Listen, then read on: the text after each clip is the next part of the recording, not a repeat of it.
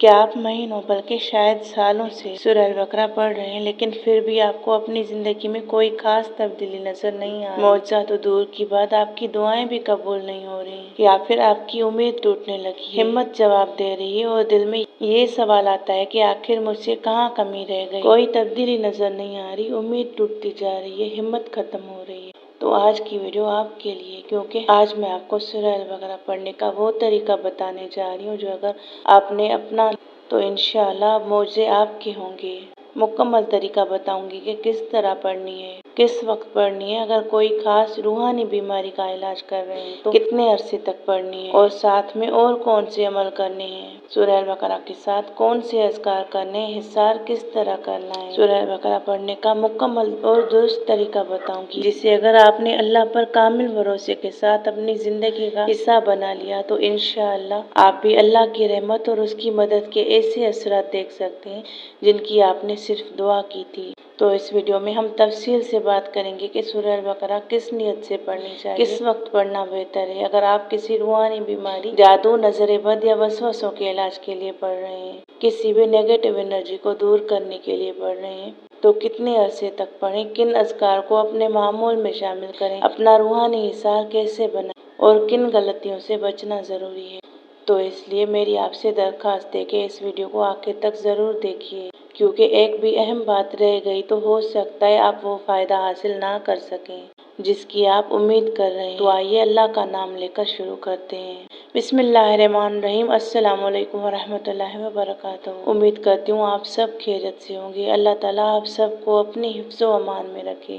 آپ کی ہر جائز دعا قبول فرمائے، ہر پریشانی، بیماری، جادو، نظر بد اور ہر قسم کی آزمائش سے حفاظت فرمائے اور آپ کے گھروں کو سکون، رحمت اور برکتوں سے بھر دے، آمین یا رب العالمین۔ اگر آپ ہمارے چینل پر پہلی بار آئے ہیں تو میرا اللہ اور میں چینل پر آپ کے لیے خوش آمدید، کیونکہ اس چینل پر ہم قرآن و سنت کی روشنی میں ایسی باتیں شیئر کرتے ہیں جو اللہ کے قریب ہونے، روحانی سکون حاصل کرنے اور اپنی زندگی کو بہتر بنانے میں مدد دیتی ہیں۔ اور جو لوگ خاص طور پر سورہ البقرہ پڑھتے ہیں اور اسے محبت رکھتے ہیں تو یہاں ہم سورہ البقرہ کی خاص طور پر بات کرتے ہیں۔ سب سے پہلے ایک بات آپ سب سے شیئر کروں، دیکھیں ہم سب بہت اچھی طرح جانتے ہیں کہ ہمارے پیارے نبی صلی اللہ علیہ وسلم نے سورہ البقرہ کے بارے میں ایسی عظیم باتیں ارشاد فرمائی کہ انسان کا دل خوش ہو جاتا ہے۔ اس سورت کی فضیلت، اس کی برکتیں اور اس کی عظمت سے الحمدللہ ہم سب کسی نہ کسی حد تک واقف ہیں، اور اسی لیے ہم سب سورہ البقرہ سے محبت کرتے ہیں، اور اسی لیے آپ میں سے بہت سے لوگ اس مبارک سورت کی تلاوت کرتے ہیں اور اللہ کے فضل سے اپنی زندگی میں اس کی برکتیں بھی دیکھتے ہیں۔ لیکن پھر ایک سوال ذہن میں آتا ہے، آخر ایسا کیوں ہوتا ہے کہ کچھ لوگ سورہ البقرہ کے ایسے واقعات سناتے ہیں جو لوگ انہیں معجزہ کہنے لگتے ہیں، وہ معجزے سے کم نہیں ہوتے۔ کوئی کہتا ہے اللہ نے اس کی بندشیں کھول دیں، کسی کی بیماری میں آسانی آ گئی، کسی کے گھر کا سکون واپس آ گیا، کسی کی برسوں کی دعا قبول ہو گئی۔ پھر یہی واقعات سن کر دوسرے لوگ بھی پوری امید کے ساتھ سورہ البقرہ پڑھنا شروع کر دیتے ہیں، لیکن کچھ عرصے بعد انہی میں سے بعض لوگ کہتے ہیں ہم تو مہینوں سے پڑھ رہے ہیں، ہماری مشکلات تو ویسی کی ویسی ہیں، ہمیں تو کوئی خاص فرق محسوس نہیں ہوا۔ پھر وہ آہستہ آہستہ مایوس ہونے لگتے ہیں، ہمت ہارنے لگتے ہیں اور بعض تو پڑھنا ہی چھوڑ دیتے ہیں۔ تو سوال یہ ہے کہ سورت تو وہی ہے، اللہ کا کلام بھی وہی ہے، وعدے بھی وہی ہیں، فرق کہاں آ جاتا ہے؟ اس فرق کی ایک بہت بڑی وجہ اللہ پر یقین، حسن ظن اور دل کا اعتماد ہے۔ ذرا غور کیجئے، کچھ لوگ جب پیروں یا فقیروں کے درباروں پر جاتے ہیں تو ان کے دل میں پہلے ہی یہ یقین بٹھا دیا جاتا ہے کہ شفا یہیں سے ملنی ہے، مشکلیں یہیں سے حل ہوں گی۔ پھر اگر اتفاقاً کوئی آسانی آ جائے تو ان کا یقین اور بھی مضبوط ہو جاتا ہے، اور پھر یہی بات نسل در نسل روایت بن جاتی ہے۔ اب ایک لمحے کے لیے اپنے دل سے پوچھیں کہ ہمارا یقین اللہ کے کلام پر کتنا ہے، ہمارے پیارے نبی صلی اللہ علیہ وسلم کی مبارک احادیث پر کتنا ہے؟ کیا واقعی ہمیں اتنا ہی کامل یقین ہے کہ اللہ کا کلام ہماری زندگی بدل سکتا ہے جتنا بعض لوگوں کو دنیاوی سہاروں پر یقین ہوتا ہے؟ لیکن افسوس، جو ایمان رکھتے ہیں پھر بھی وہ ایسی محبت اللہ کے کلام سے، اللہ سے، اس کے پیارے محبوب صلی اللہ علیہ وسلم کی بتائی ہوئی باتوں پر ویسا یقین نہیں رکھتے، افسوس سے کہنا پڑتا ہے، جیسا کمزور ایمان پیروں فقیروں پر رکھتے ہیں۔ یاد رکھیں، اللہ تعالیٰ کے بارے میں حسن ظن رکھنا ایمان کا حصہ ہے۔ بندہ اپنے رب سے اچھی امید رکھتا ہے، اللہ کی رحمت پر بھروسہ کرتا ہے، اس کے وعدوں پر یقین رکھتا ہے اور اسی کے دروازے پر بار بار دستک دیتا ہے۔ اور ایک بات مزید، جو لوگ اخلاص، محبت، صبر، اللہ پر بھروسے کے ساتھ سورہ البقرہ پڑھتے ہیں، وہ صرف بڑے موعظوں کے انتظار میں نہیں بیٹھتے بلکہ اللہ کی طرف سے آنے والی چھوٹی چھوٹی آسانیوں پر بھی شکر ادا کرتے ہیں۔ دل کا سکون، عبادت میں رغبت، گھر کے ماحول میں نرمی، پریشانی میں کمی، گناہوں سے بچنے کی توفیق، یہ سب بھی اللہ کی بہت بڑی نعمتیں اور تبدیلیاں ہیں جو لوگ وہ محسوس کرتے ہیں اور شکر ادا کرتے ہیں۔ جبکہ کچھ لوگ صرف چند دن یا زیادہ سے زیادہ ایک ہفتہ پڑھ کر کہہ دیتے ہیں کہ ابھی تک تو کوئی فرق نہیں پڑا، لیکن ہم پڑھ رہے ہیں جیسے وہ کسی پر احسان کر رہے ہوں۔ حالانکہ اللہ تعالیٰ نے کہیں یہ وعدہ نہیں فرمایا کہ ہر انسان کو ہر چیز ایک ہی وقت اور ایک ہی انداز میں ملے گی۔ اللہ ہر بندے کے حالات، اس کے لیے بہتر وقت اور اپنی حکمت کے مطابق فیصلہ فرماتا ہے۔ ہمارا کام اللہ کے کلام سے وابستہ رہنا، اس پر یقین رکھنا، صبر کرنا اور شکر ادا کرتے رہنا ہے۔ اور جب بندہ یہی راستہ اختیار کرتا ہے تو اللہ تعالیٰ ایسے راستے کھول دیتا ہے جن کا وہ خود بھی تصور نہیں کرتا۔ دیکھیں سورہ البقرہ میں ہی اللہ پاک نے فرمایا ہے کہ اور لوگوں میں کچھ ایسے بھی ہیں جو اللہ کے سوا دوسروں کو اس کا شریک بنا لیتے ہیں اور ان سے ایسی محبت کرتے ہیں جیسی محبت اللہ سے ہونی چاہیے، لیکن جو ایمان والے ہیں وہ سب سے زیادہ محبت اللہ ہی سے کرتے ہیں۔ یہ سورہ البقرہ کی آیت نمبر 165 ہے۔ تو ذرا اپنے دل سے پوچھیں، کیا ہمارا یقین، محبت اور بھروسہ اللہ کے کلام پر بھی اتنا ہی ہے جتنا بعض لوگ دنیاوی سہاروں، پیروں، فقیروں یا دوسرے وسائل پر رکھتے ہیں؟ اللہ تعالیٰ فرماتے ہیں کہ کچھ لوگ اللہ کے سوا دوسروں سے ایسی محبت کرتے ہیں جیسی محبت اللہ سے ہونی چاہیے، جبکہ سچے مومن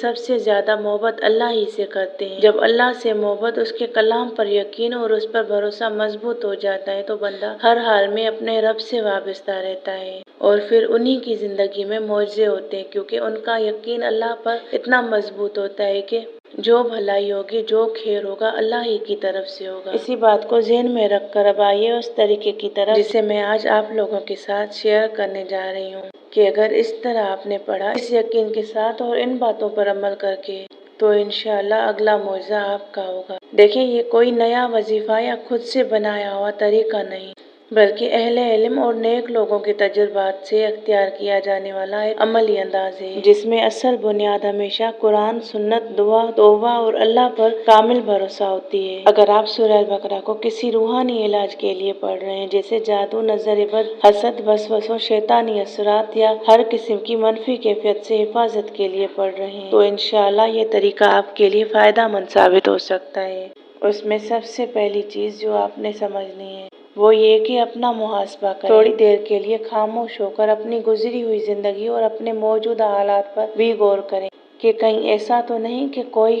گناہ مسلسل ہماری زندگی کا حصہ بن گیا ہو، کہیں کسی کا حق تو نہیں مار رہے، کسی کی دل آزاری، غیبت، ظلم، والدین کی نافرمانی، رشتہ داروں سے تعلق توڑنا، نماز میں غفلت، حرام کمائی یا پھر حقوق العباد میں کوتاہی تو ہماری آزمائش کی ایک وجہ نہیں۔ بعض اوقات ہم سمجھتے ہیں کہ مسئلہ صرف جادو یا حسد ہے، یا پھر ہمیں بری نظر کھا گئی، جبکہ ہمیں اپنی اصلاح کی بھی ضرورت ہوتی ہے، کیونکہ کبھی کبھی انسان پر ان پر سختیاں ان کے اعمال کی وجہ سے آتی ہیں۔ اس لیے علاج شروع کرنے سے پہلے اپنے رب کے سامنے جھک جائیں، سچی توبہ کریں اور اللہ سے معافی مانگیں۔ اسی سے ملتا جلتا دوسرا عمل جو آپ نے کرنا ہے وہ ہے کثرت سے استغفار۔ اگر آپ سورہ البقرہ کو علاج کے طور پر پڑھ رہے ہیں تو استغفار کو روزانہ کا معمول بنا لیں، جتنا زیادہ ہو سکے استغفار کریں۔ اگر آپ سے ہو سکے تو روزانہ 1000 مرتبہ بھی استغفار کر سکتے ہیں اگر خاص آپ کوئی علاج کر رہے ہیں، ورنہ اپنی استطاعت کے مطابق پابندی سے کرتے رہیں جتنا آپ کر سکیں، کیونکہ استغفار اللہ کی رحمت، برکت، رزق، سکون اور مشکلات کے حل کا بہت بڑا ذریعہ ہے۔